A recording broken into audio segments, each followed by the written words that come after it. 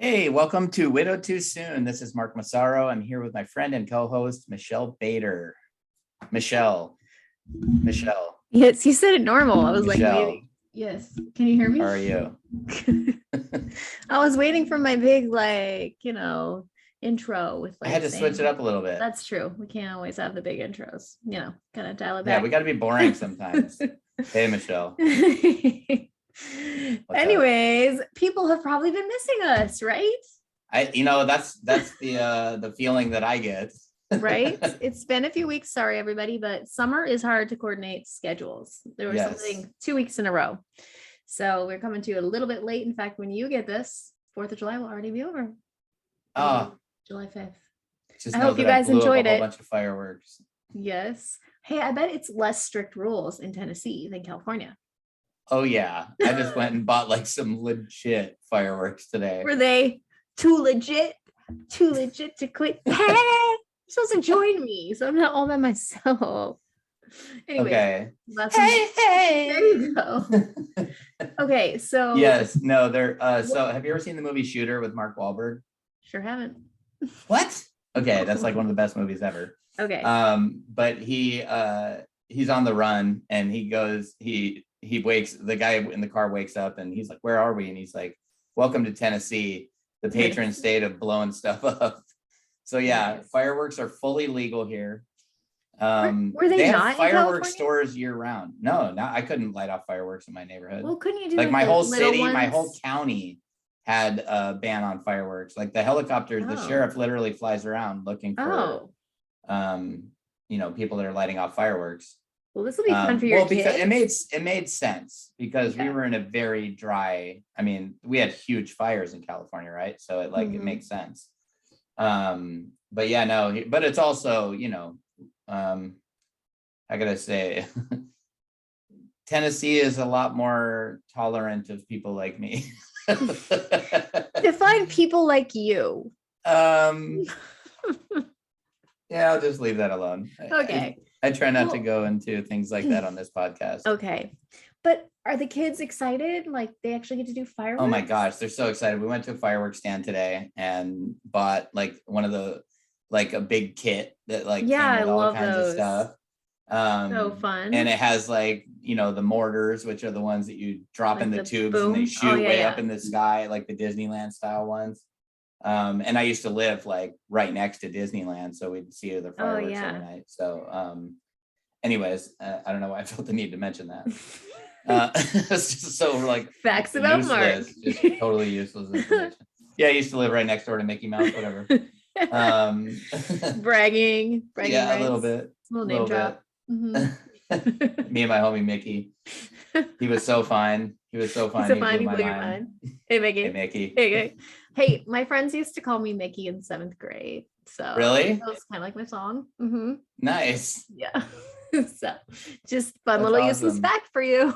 Yeah, my oh man, I had a lot of nicknames. I won't mention some of them, but one of them was Mayo, the Mayo Kid, like mayonnaise. You like mayonnaise? Well, I like there's mayonnaise. a funny story. No, it's not really funny. It's probably more sad. Oh, yes, maybe it's a sad one. Okay. I used to eat, we were poor, whatever. Mm-hmm. And so I used to eat like cheese sandwiches. And so it was like cheese and mayonnaise. And it was like, off the like blocks of cheese. And I realized after a while that I liked when the cheese ran out and I just had the mayo and the bread. Oh, wow. So I started making mayonnaise sandwiches, like just mayo and bread. I bet there's a lot of people just gagging right now.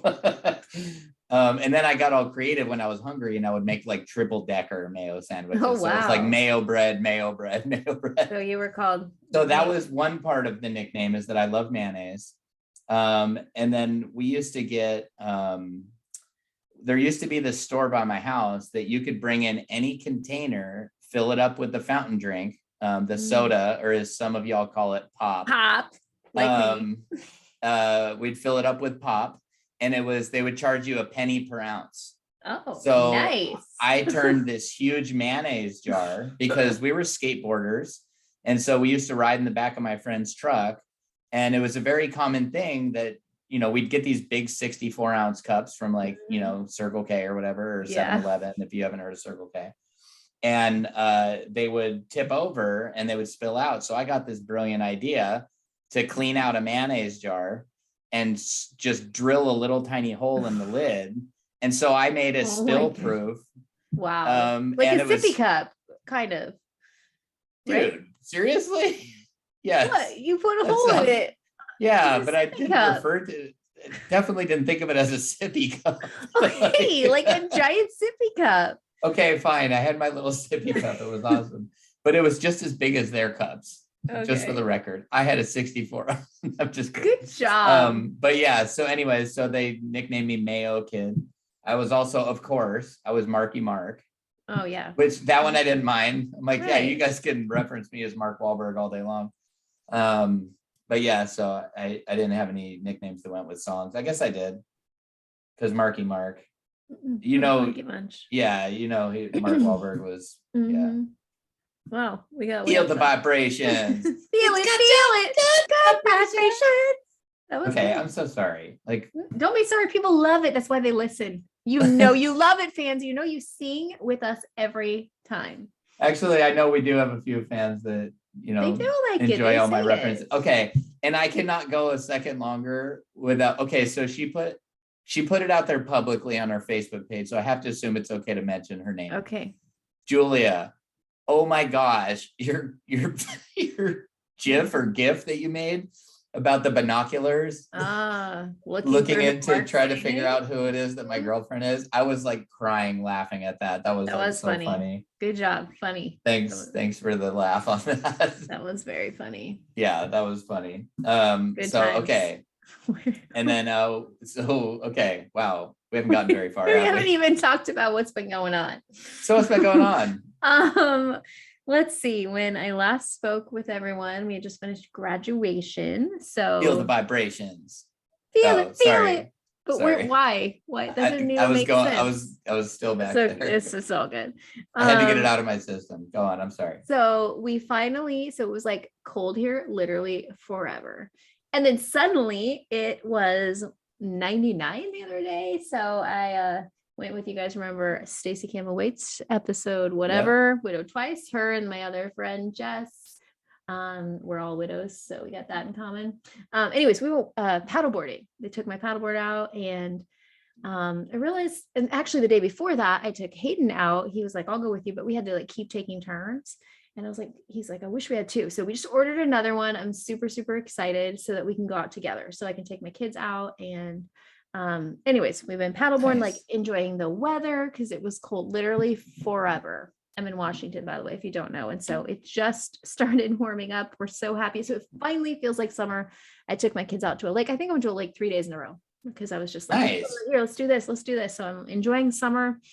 Getting ready for Joel to come back. Whoop, whoop. He's coming back this weekend. He's going to do all the 4th of July things. We have like, my brother has a big party. Actually, it starts on the day he gets here. My friend Melissa has a party we're going to. The next day, we're going to my brother's party. And then the next day, we're getting up early on 4th of July and we're doing a 10K. So excited. Oh, I was about to say, so you're not even going to put him to work this time? No, I said this time's all parties. That's good. I know. I'm like, last time was the work time. This is party time. Nice. And that's awesome. We're going to do a 10K. And then there's like a parade in the little town where I live. And like all my family goes. And so we're going to go to a parade and then have a big party here. And just, it's going to be so much fun. I'm going to introduce him to tons of people at all these parties. So really excited about that. It's only a couple more days. It seems like forever in between our visits. So really excited that he's coming back. Let's see. I worked on a big project that actually brought me a little grief. So I want to share about that because other people might relate. So I had just like a few more boxes in my house from over a year ago when I moved. They were like stuffed in my closet and I was like, I'm done with this being a mess. I need to go through this. Literally took me like 8 days to go through everything. And it was a lot of Luke's stuff that I hadn't really looked at in a couple of years, like his prosthetic leg. Also, like I had a bag of stuff that was on his nightstand, including the last pills he was supposed to take. They were still in this little pill splitter. I had put him out for him the night before. I don't know why I didn't just throw it away. Now I went through and I got rid of so much stuff that I couldn't when I was moving. It was very different. How did it feel? Did it feel like a relief to get rid of it? Yeah. Like even I found this package that said like this envelope that said Luke's scan results. And I threw it away, took it out, and I was like, why am I holding on to this? I don't need, this was, and it was from 2016. So I just finally threw it away. Because it was like gold to you back then. Yes. Yeah. I know the feeling. Yeah. And I got rid of stuff that was like, I don't need this. And then I did set up, like I put my marriage certificate, hung it up in my closet, and like put his glasses, like a few of his things that I just wanted to keep to just, see sometimes. But it triggered grief, definitely. Like just when I was going through his nightstand stuff, like literally how he left it, that was hard. And I had a really a couple hard days. It was also Father's Day. And so that triggered grief. I wasn't feeling good either. I had a pretty bad cold. So we didn't go to church, and I just didn't want to go to church and like hear about Father's Day. I just was like, we're staying home. And I was talking to my kids, like, what do you think about tomorrow? And they're like, what? They didn't even know what day it was. They had no, like, oh, it's Father's Day. Oh, okay. So anyways, there's just like a lot of things, going on with that. But how was Father's Day for you? It actually was a really good day. Good. So glad. I got a really sweet gift from a very special girl. Nice. She sent me a bunch of like Omaha steaks and burgers and stuff. And I was so touched by it too. That's because, sweet. She's widowed, and so she was going through Father's Day herself, you know what I mean? And I was just so touched. And I mean, I even told her in advance, like, please don't, like, I just want you to feel what you feel on that day. Right. Like, please don't feel the need to, I don't know, do anything for me on that day. Like, I'm fine, I'm good. And yeah, I got this really sweet box in the mail, and so sweet. It was really, yeah. And it was delicious. I'm still like eating them, but I got some phone calls from people that mean a lot to me. Lacey's aunt, or my aunt through marriage, reached out to me, and we had a great conversation. And she's just so sweet. And of course, Lacey's mom called me, and that was awesome. And it just, first of all, it's not as hard for me as Mother's Day. And I don't know, but Mother's Day wasn't too bad this year either, to be honest. Right. Just I don't know, because I've talked about this before, that to me, I don't feel like I experience extra grief on certain days, right, because I'm supposed to. Right. For me, it's kind of like I might feel more grief. I mean, I don't go through this a whole lot anymore, to be honest, but like I might feel more grief on a Wednesday, a random Wednesday, than I do on a 2-year anniversary, because something I saw that reminded me of Lacey and made me miss our life, and whatever. So I've never really been, but certain things trigger. So in church, they were talking about how great mothers are and how important they are, and how they need to be honored and treasured. And the first year that like really got to me, because I was like, dang it, like I did treasure my wife. I did, cherish her, and I didn't need to hear these lessons, you know what I mean? Like, and I lost her or whatever. But no, so anyways, to answer your question, Father's Day was actually really good. Good. It was a really nice day, and just felt a lot of love from a lot of people, and it just felt great. A lot of people thought about me and reached out, and it was really nice. So good. And what else has been going on since we last talked on our podcast? Well, I have been to Kentucky a few more times, which has been great. Yep. What are you doing? Kentucky is a beautiful state. I am meeting up with my secret girlfriend, the mystery girl, who's just like the most amazing woman in the world. But yeah, I've been meeting up with her, and that's been great. And we pretty much look for the next time, and it was really sweet this time.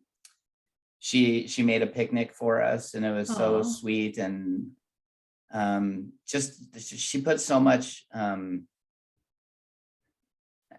she put so much love into it, and it was just so like everything was, just so planned out, and just so there was just a lot of effort involved, and I could tell. Awesome. And it reminded me of what it felt like again to have a wife.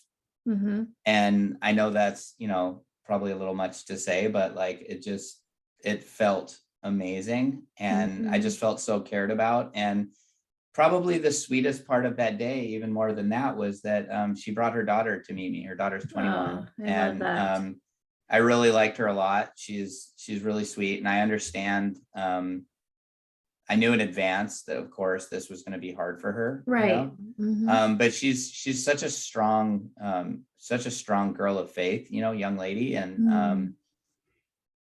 you know, I don't know. It's just I really thought she was really brave for doing it, and I really Yeah. was appreciative that she was, you know, wanted to give me a chance. Like, I don't know how to explain it. It just felt I just felt really grateful that Yeah. she was willing to do that and try to get to know me, and we all had a good time together, and it was really sweet, and I look forward to, you know, having a relationship with her in the long term, you Yeah. know. I love it. Really, really good-hearted kid. And I mean, I guess she's not really a kid at 21, but you know what I mean. And are To your us, to our old ages, are she's a old of kid, you 29? know. I mean, she's only 3 years Yeah, I mean, younger she's than me. barely older. You're barely older than her, Barely but 8 years, whatever, yeah. But But me, I'm like, you know, you're ancient compared ancient. to her. Yeah, So exactly. So is it going well with the kids and the mystery girl and the mystery girl's daughter? Is that yes, I have not met her son yet. uh-huh. But yes, it's going really well with the mystery girl.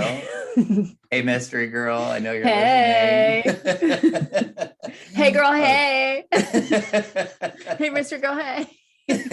By the way, she thought it was really funny that you I think she said it, she thought it was cute that you like, not took credit. What is the word I'm looking for? Oh, when I was But like, you kind of met her because of me, yeah, like, yeah, because yeah, the yeah. podcast. She thought that was So cute. let's thank me a little bit. I mean, Yeah, it's yeah. actually God, but you know, You're all, but I'll take a little bit of the I was a credit. vehicle that helped, you You know, were very persistent in asking me to do this podcast. right?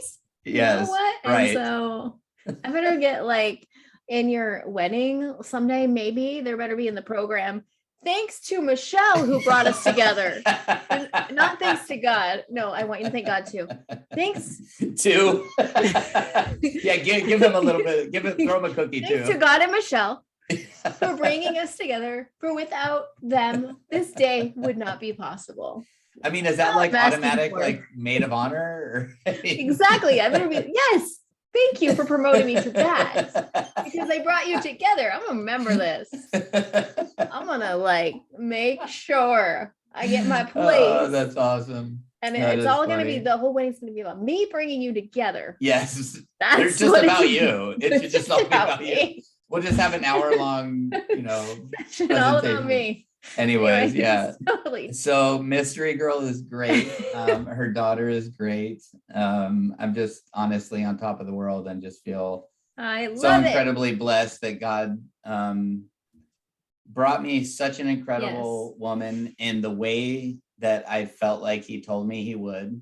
Totally. And, you know, just exactly what, you know, I prayed for, because, you know, of course I wanted Lacey, you know, but Yeah. I don't have that option anymore. And so I wanted somebody that made me feel like Lacey did, you know, and I want my kids to have a mother that had the values and integrity, you know what I mean? I want those same things instilled in my children. And so sorry, I'm not signing you up. No pressure here. But I kind of am. But no, but you know, we both are people of faith. We wouldn't date if we wouldn't consider the possibility of marriage, you know. But you know, it's just anyways, so I just feel really, really blessed that I just met somebody so incredible and so sweet and kind, and so happy for you. Thank you. So yeah, anyways, thanks, mystery girl. So the other cool thing that happened is my in-laws came out and visited. Nice. Was that their first time visiting you in Tennessee? Visiting me in Tennessee, yes. They've been to Tennessee before. But yeah, so we went to Dollywood. I know, I'm so jealous. It was awesome. I do want to it was hot though. I wish it was a little cooler so we could, but they have these big fans with misters like everywhere. and they're just like, oh my gosh, you step it. This is amazing. But it was a really fun day, just a really, really cool day. There was an acorn ride that my mother-in-law and I went on with the kids, and we were just looking at each other like, an acorn. They need to stop this ride. Oh, so like you're you're in like this a little, like a teacup, yes, but except it raises you up off the ground, like, you know, I don't know, 15, 20 feet in the air. I don't and then like it those revolves spinny around. things. Mm-mm. It They make doesn't me spin sick. like the teacups. Okay, that's good. But the whole ride is going around, but it's a tight radius. So you're spinning pretty, like, I was like, oh, I told my mother-in-law, well, it kind of helps if you like try to look at something out in the distance. And she's like, oh yeah, but it like goes away too quick.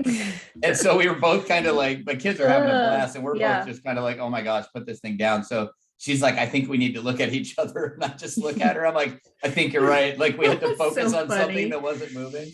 We were both so relieved. Plus they crammed us into like, it definitely wasn't enough room for 2 adults and 2 kids. So anyways, went to Dollywood. Then we had a water balloon fight, which was awesome, which turned into basically a hose fight because I cheated and ran and got the hose and just started spraying everybody. And actually my father-in-law started that when he was filling up the balloons, but anyways, and then he helped me build like a guardrail in my backyard. It was like something, you remember I talked about building that screened in porch? Yes. Well, we added, the last thing I wanted to do to that was like add a guardrail, like going around the edge. So we built that together, and, you know, he designed it for me, and like drew it up. He had his laptop and drew it up on a, you know, blueprint program thing. I think it was a VersaCAD or something like that. But, and, you know, and just lending me all of his ideas, but it was super cool to like, not only get the project done, but it was super cool to like, you know, just have that bonding time with my father-in-law, and just, you know, awesome. Like, he's one of those people that he's like an absolute expert at his craft, like woodworking. He is the most amazing problem solver I've ever seen in my life. He is one of the quickest thinking people I've ever met in my life. Any problem that's presented to him, he's like, why don't you just do it like this? I'm like, well, because I didn't think of that, you know, and like, I consider myself pretty crafty, you know, and pretty handy and talented until I get around him. And then I realize how little I know. But anyway, he's just an expert at woodworking. And so I'd always rather do a project with him, even though I could a lot of times do it myself. I'm like, it'll just come out better if you do it with me, you know, and you'll have better ideas and stuff. And so anyways, that was my last 2.5 weeks. Sorry for the ramble fest. You don't even be sorry. Or babble fest. So anyways, so moving into today's topic, unless you had something else that looked like I was cutting you off. Okay. No, I'm ready. It's called widow myths. Myths of being a widow or widower or widowed. What we are going to primarily talk about is things that people give advice to widows that we don't necessarily agree with, or that we just want to give you a different way to think about it. So, Michelle. Yes. Are you calling on me? Just kidding. You're doing the teacher thing. Yes. So what do you think, you know, what do you think about? What are some of the things you've heard that maybe you don't agree with? Or okay. And we did things differently, so this will be interesting. Uh-huh. So, you know, don't make any big decisions in your first year. One of them being, do not move. Okay. So I did move within my first year, but I'm going to tell you my situation and why I did that. So I had already started thinking before Luke passed away. I had already started thinking, you know, because I had like a lot of time, anticipatory grief, and we knew he was going to pass away. So I wanted to move closer to my family. So my family all lives in this town called Ridgefield, like a little north of Vancouver, where I did live. And I knew that after he passed away, I wouldn't want to live in the same house. And I wanted a bigger house so my boys didn't have to share rooms anymore. And just something I'd wanted to do for a really long time. So it wasn't like a brand new thought after he passed away. So after he passed away, I started proceeding with, you know, starting to figure out, could I get a loan? Could I move? When I started the process, and it was a very long process because we had our house built. So I started, let's see, June, July, August, September, October, November. It was about 6 months. I think I ended up purchasing the house to be built about 6 months after he passed away. And then we moved in 11 months after he passed away. But for me, it was one of the best healing things I ever did, because, I had triggers of the memory of his death over and over in the old house. Like, that's where it happened. It was like every day, every single day. And it was just so good to get out of there. And just like so many, yes, we had so many good memories. It's the only house we ever lived in when we were married. It's the only house my kids ever knew. So they were sad to leave. And we have great memories bringing all our kids home, like all that stuff. But the bad memories, the painful, like, were so much stronger because they were the last memories of him. They were painful, watching him pass away, all of that. And so it was so good to, now I live within 5 minutes of everyone in my family, like both of my brothers and their families and my parents. I know that's usually unheard of. So I feel super blessed to have everybody around me, which is so great when I need help. Like, can you take the kids here? Can you do this? I'm able to leave for long periods of time because my whole family is right around my house. And so it's been really great for me. So that is why I chose to move within the first year. And so I do believe there are circumstances where it's okay to do that. So what about your thoughts on that? Well, so the general idea, right, is that they say do not make any big decisions in the first year. So that can cover a whole array of things. But yeah, so in regards to the moving, I also did think about moving. I thought about moving out of state right away. And I did follow that advice because I was kind of clueless, on what was going on in my world. And so I did start praying about moving out of state, but I decided that I was going to wait a year to actually consider it. And then, but it wasn't like it wasn't something I was praying about a lot. I was just praying about it and thinking about it and stuff. And then as the year mark hit, I started praying about it hard. And then for the last 4 months, I was praying about Tennessee.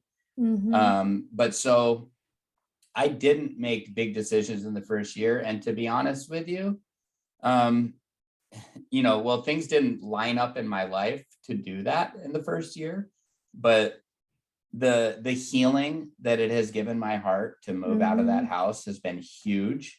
Because like you said, for starters, Lacey died in my bedroom.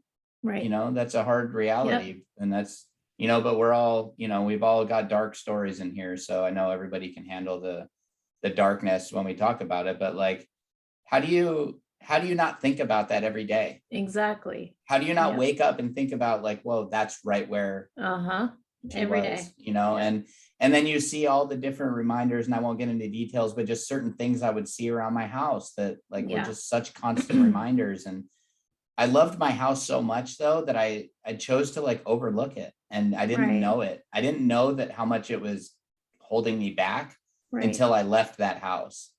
So the point that we're trying to make, that even though Michelle and I did it differently, we both agree that, like, don't feel like you need to follow these guidelines that everybody tells you need to follow, because, and I'd say the only way if you really want to move, you need to ask yourself, like, are you in a good mental place to be making big decisions? If you feel like you are, nothing's going to change magically when you cross that 1 year mark. If it's 10 months or 8 months and you feel super ready to get out of your house or your apartment or whatever, and you're waiting because you think something magical is going to happen after you cross the year mark, like it doesn't work that way. Like, you just have to follow your gut and just don't feel like you need to adhere to what people tell you need to do. I think is, main thing. Do what works for you, that's all I got to say about that. Nice. In other words, you do you, boo. That's what we're telling you guys. You do you, boo. It's like, because life is like a box of chocolates. Oh my gosh. I thought you were gonna go into something serious, but you never know what you're gonna get. That was pretty like good accent and everything. Maybe because you're living in Tennessee. No, because I've been quoting Forrest Gump for many years. Oh, okay, that's why. Lieutenant Dan, ice cream. Sorry. Okay. It's all good. Okay, moving on. Okay, so Moving on also within the what people say sometimes about don't make big decisions, some people say don't date within your first year. I did not, and we've had lots of dating episodes, and you can go back and listen to those when we talk about all of this. But I decided, I don't know, somewhere like in the middle of the first year that I wanted to date again. And there was nothing wrong with that. Like it's a personal decision, which also goes along with the myth of the length of time you grieve is how much you loved your spouse, and like that you shouldn't date again. Like if you start dating at 6 months or whatever, you must not really love your spouse. Like I remember someone on my TikTok, where I get all the hate sometimes, like it wasn't really hate comments, just like they didn't understand. Like I did a video all about being in love with Joel. And then like before that or after it, I had one about Luke and how much I love him. So someone's like, you're in love, but you just said you loved your spouse. So I had to go into that whole thing about loving two people, and it's okay. Like I can still love one. It doesn't mean I didn't love my late spouse if I date someone else. And, so the dating within the first year, I mean, we've done tons of dating episodes, like it's your choice. And so don't let someone say you should date or you shouldn't date. Like that's completely, if you feel ready, if it doesn't bring you to a place of like total grief, that the thought of dating someone else, then you might be ready. I remember in the very beginning, people talking to me and I was like, I don't ever want to date again. Like never. That's how I felt at that point. And you may be at that point, and that's okay too. How did you feel about the dating within? Yeah, I totally agree with you that it's, people, whether you wait 3 weeks or whether you wait 3 years, somebody's going to have an opinion on what you should do or what you shouldn't do. But yeah, I mean, you're right. It's, and you might have to, you might think you're ready to date, and then you date and you find out you're not ready to date, like that can happen too. But it's just all about what you decide to do. And so yeah, I wouldn't, again, like I don't think there's going to be some magical switch that flips. But I also think that, a lot of it for people isn't that they're not ready to date. It's that they're not ready to tell people that they're ready to date. That's like true too. They're afraid of what other people will think. They're afraid of hurting people's feelings, which I totally understand. And it's hard because the advice that I want to give is don't let other people dictate your life. True. It's kind of like you probably remember this from network marketing. They say, are you going to take advice on how to become wealthy by somebody who's broke? I remember that. Yeah. And so like, how would you take a dating advice from somebody who's not widowed, but it doesn't mean that, so yeah, as much as I want to say that, like, I can't sit here and pretend like I wasn't crazy worried about what everybody was going to think or if, but I finally got to a point where I was like, anybody who knew me knew how well I treated Lacey and how much I loved her. And I don't think anybody would question me on that, anyways. So yeah, that's kind of where I land on that, is just that I totally agree with you and just think that it comes down to you searching your heart and not following what other people. Because I mean, how unfair if other people are actually holding you back from finding happiness, right? Because of their opinions. That's that ridiculous. They really don't know what they're talking about. So anyways, that's my 2 cents on that. That's me getting all my nails coming out for the widowed community. You do what you want to do. Nails breaking the law. Is that a movie too? No, that was oh gosh. That was a Saturday Night Live. Sister? No, it was an 80s. Was that Judas Priest? Okay, I have no idea. So, okay, sorry. Moving on. Some 80s glam band. No, we're gonna talk about this. Okay, let's talk about every song. Was it Motley Crue? No, I think it was Judas Priest. I don't know. I'm just kidding. We don't need to talk about it. Okay, so here's a myth. In our opinion, it's a myth. But I'm ready for the next one. Yeah, go ahead. I'm still laughing at. Okay, year 2 is harder than year 1. We think it's a myth. I know some people think the other way, but we have both experienced personally that it is not harder. The first year, in my experience, the first year you're going through like just the first of everything. And it's so painful. Like the first birthday, the first holidays, the first everything, the first, nights and weeks and days without your loved one. And that's hard. That's like Mhm. raw pain. Like you don't even know Mhm. how you're going to get through it. And then I feel like the second year, it's like you've already been through it one time and it doesn't hurt as much. Like the pain is Mhm. further out. Like, and you have learned to live without your spouse. You still love them. You still have moments of grief. But for me, the grief was definitely not as intense on year 2. And now, crazy as it sounds, I am already on year 3. So weird. Like that sounds so Mm. weird, you know, and I know you'll be there in a few months. Yeah. And it's just a weird feeling to be like, whoa, I made it through year 1 and year 2, and I'm on year 3 now.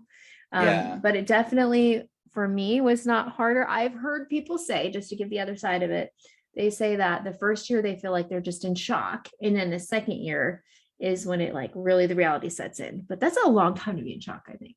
Like I don't feel, and maybe we're different too because we had anticipatory grief. Yes, that's what I That was gonna could, say. yeah, that's probably why we have experienced it differently than other people, because I do know a lot of friends that have had sudden deaths, and is that probably does affect this Mhm. whole, yeah. So what do you think about that? Well, I agree with you that we can't speak to that. Yes, we can speak to our own That would be experiences. unfair for us to say that absolutely not. But Right. I just don't see how it can be harder than, because like you said, I don't feel like you're in that numb state for a year. Right. Personally, I feel like you kind of go into the numb state for like, I feel like for me it was like 2 or 3 months, and so I feel like for others it might be Right. 3 to 6 months. Um, but yeah, you've really accepted your reality. And there's also a lot that there's this thing I have noticed that it it it feels sad to me, but where people will be on like, year 8 or Mhm. something, and they're still Right. like really struggling. Right. And that I can't sit here and pretend like I know what that feels like. Right. But I also just know that I feel like terrible for them, that they're still Mm-hmm. trying to find a way to cope, so because here's the thing, we don't get over it ever. Right. We constantly are learning more and more how to live with it. And Yes. so um I mean, it's like any one of us would of course wish that this never happened, Right. you know um but I don't know, there's just this element of it that I do not see how it could be harder with more time going by, because this Right. is sort of a thing that you're learning to deal with time. And so I just feel like I feel like the natural, and I've used this analogy before, that I feel like it's kind of like a broken bone. Like, let's say it takes 2 months for your broken bone to heal. Like, would month 2 really be harder than month 1, or even the initial Mm-hmm. break? Right. I For feel sure. like, the break is like the, oh my gosh, and you're screaming and crying and it's terrible. And then they cast your arm, and then you're kind of like, okay, and you feeling a little better or whatever. And then it's almost time to take the cast off. And I don't know, it just, you know Yeah, what I that's mean? a Like, good way just to the look at it. progression Uh-huh. of it, I feel like it has to it's a wound. It's a Right. wound to your heart and to your soul. And for me, I feel like as long as you're not holding yourself down or not keeping yourself suppressed in a place of sadness, then it's inevitable that it's going to get better. But again, I'm only speaking from the place of, watching my wife battle cancer. And then over the past month, like knowing, well, for the 14 months, I knew that there was a possibility that she would lose her life. Right. Over the last month, I knew she was going to lose her life. And so there is a lot, Mm-hmm. like you said, of anticipatory grief. That's a lot of time to process, Yeah, and it to think is. about stuff. So anyways, yeah, that's my thoughts on that. Okay. Do you have another myth that we could talk Um, about? Mythbusters. Let's see. Let's we hear the myth Um, bust. yes, there was one. So I mean, it kind of goes along with what we're talking about a little bit, but like, people say that there is a right way and a wrong way to grieve. Mm. What do you think about that? Uh, that's a myth. There's no right or wrong way. You grieve how you grieve. If that means like you scream, you scream. If it means you cry, you cry. Like that means you go running to deal with your grief. Like you do it that way. Like it is, there's no right or wrong way to grieve. So we need to just get that myth out of here because it's Yeah, personal. It's personal. Everybody grieves differently. Like, and you can't compare. It's kind of on the same thing. You can't compare with other people and like their timeline. Like timelines don't matter. Like this isn't the same for everybody. You're going to grieve at a different pace. You're going to grieve in a different way. And there's no right or wrong. Like somebody, you might think that they're not grieving because they're not crying all the time or however you might do it, but that's not how they grieve. That doesn't mean that they're like, for instance, like my kids like never really cried that much after Luke passed away. It's been a few things here or there, but that doesn't mean they're not grieving. They just do it differently. You know, they grieve in other ways. And so we have to respect each other in that just because someone's not crying doesn't mean they're not grieving. That's my thoughts on that. yeah, I agree with you because I know what you're saying. I don't think that there is necessarily a right way or wrong way, but I do think that there are healthy and unhealthy ways to grieve. Yes. And so I think it would have been easy to disappear into a bottle of Jack Daniels for me.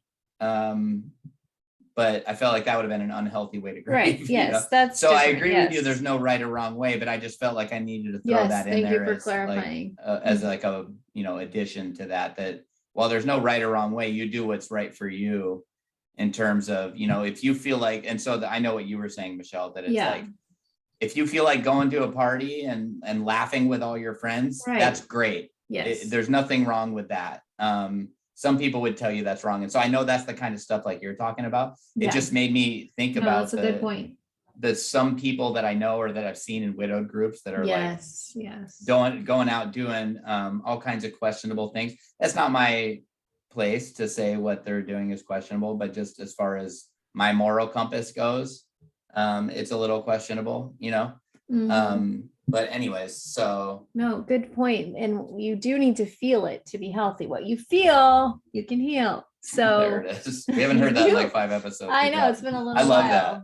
Yes. And so it's important that that you do feel that. So that's more healthy. So good point that there's no like right or wrong way, but there's a healthy versus not healthy. Yeah. Yeah, exactly. So yeah, I think we just about covered it. What do you think? Do you have any others? Yes, another. Was there more? Myth that I was thinking about that we read earlier was about the myth that you shouldn't talk about your spouse's death in front of your kids. Yes, that's a good one. I think that it's okay. Like what we talk about, we bring into the light. It's okay to talk about. We give our kids permission to talk about, whether it's about the actual death of their parent or it's just about their parent. Like that whole general idea of like keeping their memory alive and talking about them, making your kids feel like it's a safe space to bring up their mom or their dad anytime they want to. We can just say, and my kids are really good about that. Oh, daddy would have liked this. And what do you think daddy would like? Because we've since day one talked about him and made it a safe place to talk about anything about their dad. And so I think it's really important to have that open dialogue.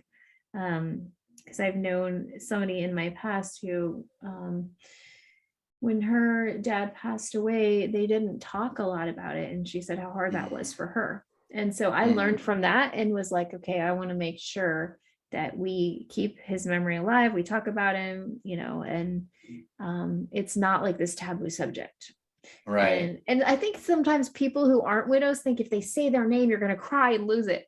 Or like, they don't know, is it okay to say their name? So sometimes I think it's okay to just say their name and say something, like it's okay to talk about it. Like, I'm fine. So what are your thoughts on that? Yeah.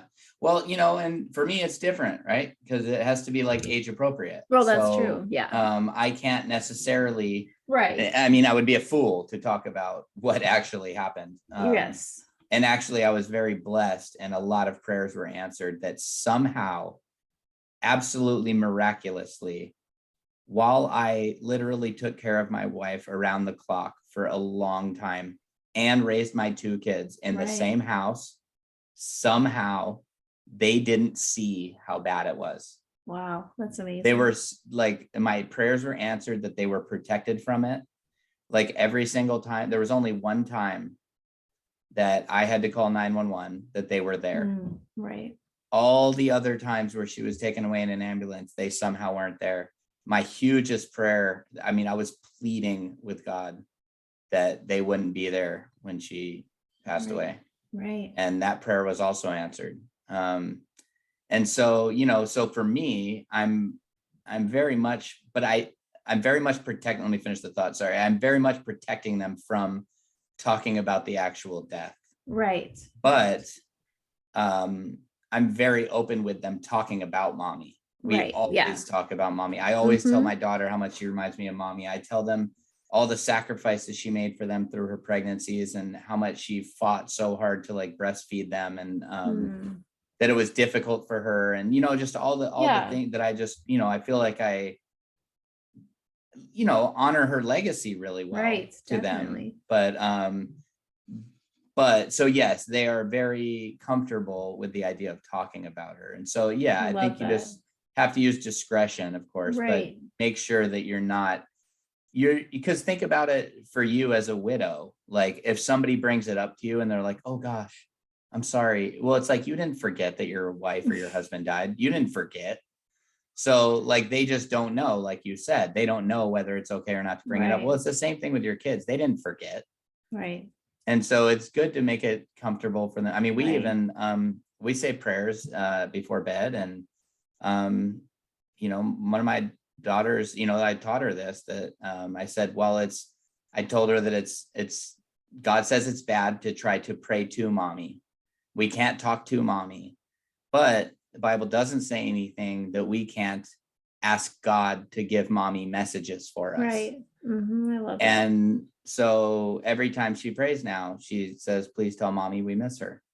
And you know, and I've told her that, like, you know, you can pray and you can say, God, will you please tell mommy this for me? And you can just tell mommy whatever you want. And I think God will tell her. I love that. You know, because it doesn't, I don't know, I can't find anything that says that's unbiblical. Right. We can ask for anything in the name of Jesus. Like her soul is still alive. So I don't see why they can't pray for that. I've asked pastors about it and they're like, I don't think there's anything wrong with that. Now, so when your kids are older, let's say teenagers or whatever, and they might ask more about her death, will you tell them more? Like, absolutely, when they're old enough to handle it? Yes, because for the main reason of, for one, I want them to know what a warrior mommy was. Yeah. But two, I also want to give, and I was just talking about this the other day, I want to give my daughter the example of what she should look for in a husband, what a husband should be willing to do for his bride, and to teach my son, this is what you should be willing to do for your wife. And this is what, you know, loving your wife as Christ loved the church, this is what it looked like. And, you know, not that I'm, you know, bragging, but I was a good husband to her, you know, for sure. And I want them to see that example of what they should look for, and what, you know, what my daughter should look for, and what my son should strive to be like.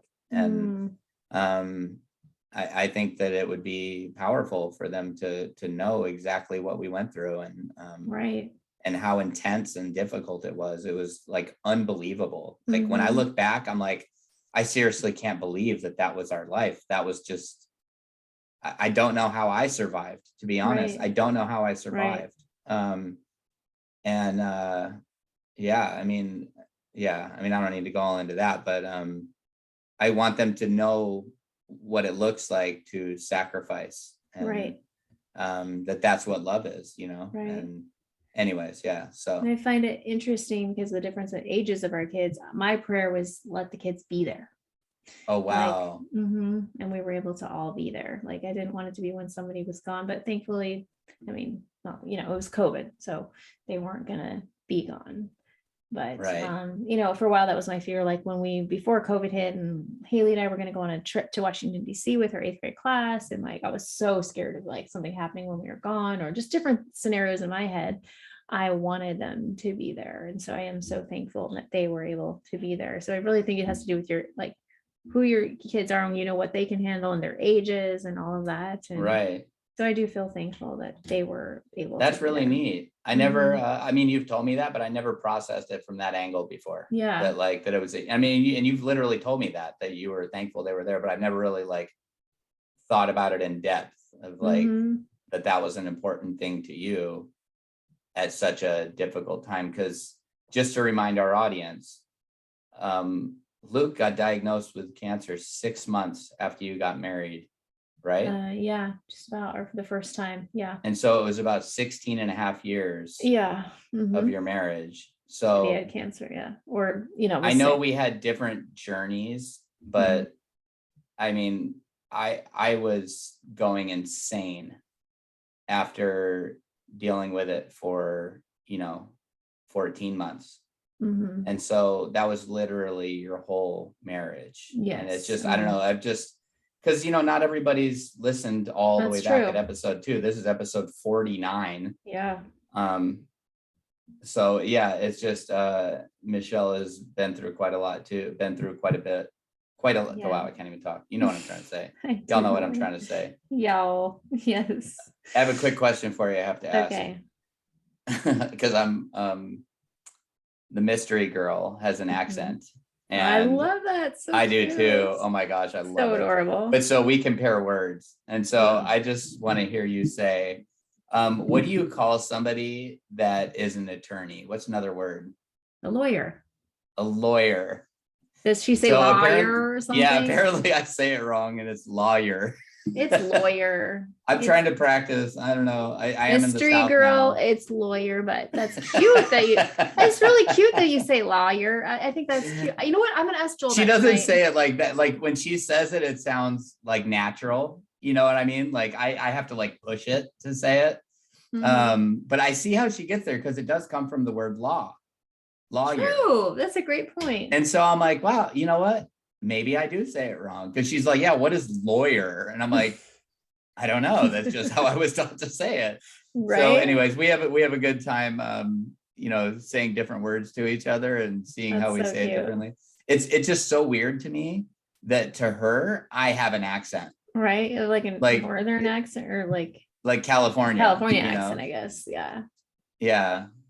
Anyways, it's just funny. That is funny. Well, I think that's wait real quick. Doesn't Joel have, I forgot, Joel has kind of an accent, right? A Brazilian Southern accent. It is I love that. Cutest, most unique accent I've ever heard in my life. Because he was born in Brazil, lived there till he was 17, also lived there like 7 other years of his life. But then he moved, he's also been in Texas and Louisiana. And so it's cute. It's like a mixture. Love it. Love it. That's awesome. Yeah. Literally on my list. Really? I wanted an accent. Yeah. I mean, it wasn't a must, but it was literally like, oh, that's so cute. I want somebody with an accent. Yeah. That's awesome. And honestly, like I had no draw to the Southern accent until I came here and I'm like, gosh, I like the way that sounds, I don't think I'd ever really met anybody with a strong accent from the South that was female. And so I never really thought, but I was like, oh, that's kind of cool. And so I remember before I talked to my mystery girl for the first time on the phone, I was like, oh, do they have accents there? I can't say where it is, but and then I was like, oh, I hope she does. And then we started talking on the phone. I'm like, oh, that's awesome. I think nice. I think it's really attractive and it's just, yeah. And it's just fun for us to tease each other about the way we say things, like that I say soda, she says pop, stuff like that. I like comparing the things we say. And it's interesting. It's just, I've noticed that a lot in Tennessee. And it's funny because I actually did ask my neighbor if to her I had an accent. And she said, oh yeah, she's like, y'all cut your words off so fast. I'm like, what do you mean? And she's all, well, like, I'm going to the store. Like dragging out. Yeah, she's all, you're going to the store. That's just funny. The way she said it. Oh my gosh. I was like, she's all, y'all just seem like you got to get your words out so fast. They're like, oh yours are so slow. Come on. Like, get to the point. But that's, that's everything's fast paced in California, right? Yeah. Exactly. Anyways, so yeah, right. there's some more useless conversation for everybody to listen to. They like it, right? You love it. What was that? What movie was it? Was that Sandlot also? Anyways, it doesn't matter. All right, let's wrap it on up. Is that all right? I'm getting intruded on. It's okay. What, buddy? Yes. Please close my door. Thanks, buddy. Sorry. I just gotta say, so our audience knows, your little Luke is so adorable. Like his little voice and just the way he looks, and he's just so cute. He's a sweetie. Yeah, he's a good kid. Both of them are really, really sweet kids. Yes, they are. All right, what were we saying? Wrapping it up. Wrapping on up. Would you like to close us out in prayer? Yes. That comes first before I say. Okay. Yes. Are you sure? I'm 100%. I'm literally. All right. I'm just kidding. I know. Oh, okay. All right. Okay, you go. Gosh, Mark. Heavenly Father, thank you so much for the blessings that you provide us. Thank you so much for just giving us this opportunity to somehow help people through our silliness. And we just get a lot of great messages, really positive feedback and encouragement that somehow we're helping people. And so we thank you for you using us because we just want to glorify you and your kingdom. And you are the great healer and the great physician. And so let us all be reminded to go to you for our comfort and for our peace. And Lord, I would just like to pray that you just comfort everybody's hearts that are, looking to make some big decisions in their life, or they don't know how to talk to their kids, or any of the things we talked about today. Lord, I pray that you would just give people the confidence to find their own grief journey in this, and that they're not affected by, the things that other people or books or whatever are telling them that they should do, that they don't get bound by that they realize that they're, smart people that can make smart decisions, and to trust their judgments, when that time is right. And also to wait if the time is not right, but that there's not some magical line. So I pray you would just fill people's hearts and minds with just great confidence and strength in knowing what they need to move forward in this difficult time. And it's in Jesus' name that I always ask you of these things, Father. Amen. Amen. Well, if you liked this podcast, give it a little bing, 5 stars, or a nice little rating. It helps get the word out to other people. We've got a special episode coming up next time we would like to do if we get enough participation. Episode 50 is going to be Ask Us Anything. Doesn't mean we're going to answer it, but anything you want to ask, anything you've ever wondered, like what color, like shoes does Mark wear? Or I don't know. I'm just saying random things just to give people ideas. You could ask us anything. No, I'm sure there's so many people just dying to know that. What color shoes? Like, can Mark still flip on a skateboard? Yes, please ask those questions. And whatever you want to ask, or they could be like widow questions, like whatever. It could be silly, it could be whatever. And so please get those to us either through our Facebook page, Widow Too Soon, or our Instagram, Widow Too Soon _ maybe. I don't know. You know where we're at. Email widowtoosoon@gmail.com. All the places. All the places. You know where we be. You know where we be. You found us. Yep. We'd love to hear from you. Any question you want to ask, and then we're going to filter through them and decide which ones we're going to ask. Just ask. Please ask questions. Just ask it. We will. We're pretty open, honest people, unless it's something we really don't want to talk about. But we're pretty open. So ask us anything. It'll be fun, like a celebration episode that we made it 50 episodes. I know. That is kind of crazy. That's crazy, and it's something really crazy. We're at like something like 54 or 55 countries now. It's insane. Most recently, Austria. If that is you, Arnold Schwarzenegger, like thanks, Arnold. Reach out, Arnold. Yes, but it is pretty crazy. And maybe we'll talk more about it next time. But like I was totally like tuning you out. And really nothing for that Arnold impersonation. Did you just go Get to the chopper? Okay, I just heard blah blah blah, blah like, Yeah. that. Anyways, like, you know, we thought, I'm trying to be serious. I know, I'm sorry, I'm just giggling. It's funny though. I'll turn my mic off. It's good. We thought maybe after 10 episodes we had nothing left to say. Like, I can't believe we're still here. Like, it's awesome. It's very exciting. I know. So it is. Time to celebrate. So I'm excited for our 50th episode. And if we don't get enough questions, maybe we can just have like a list of questions for each other. That would be kind of fun. Like that. Yes. Yeah. So let's have a little backup. Let's make them kind of like silly or like, I don't know. It'll be fun. Yeah. It'll be a good time. So it'll be like a surprise. I can think of some questions. We're not going to discuss it before. It'll be live on air, but we can, you know, I edit. So yeah. I have that advantage. That's awesome. Anyways, well, thanks everybody for listening. And I hope you have a fabulous, wonderful day. And we'll see you next time. Absolutely. God bless. Thank you. All right.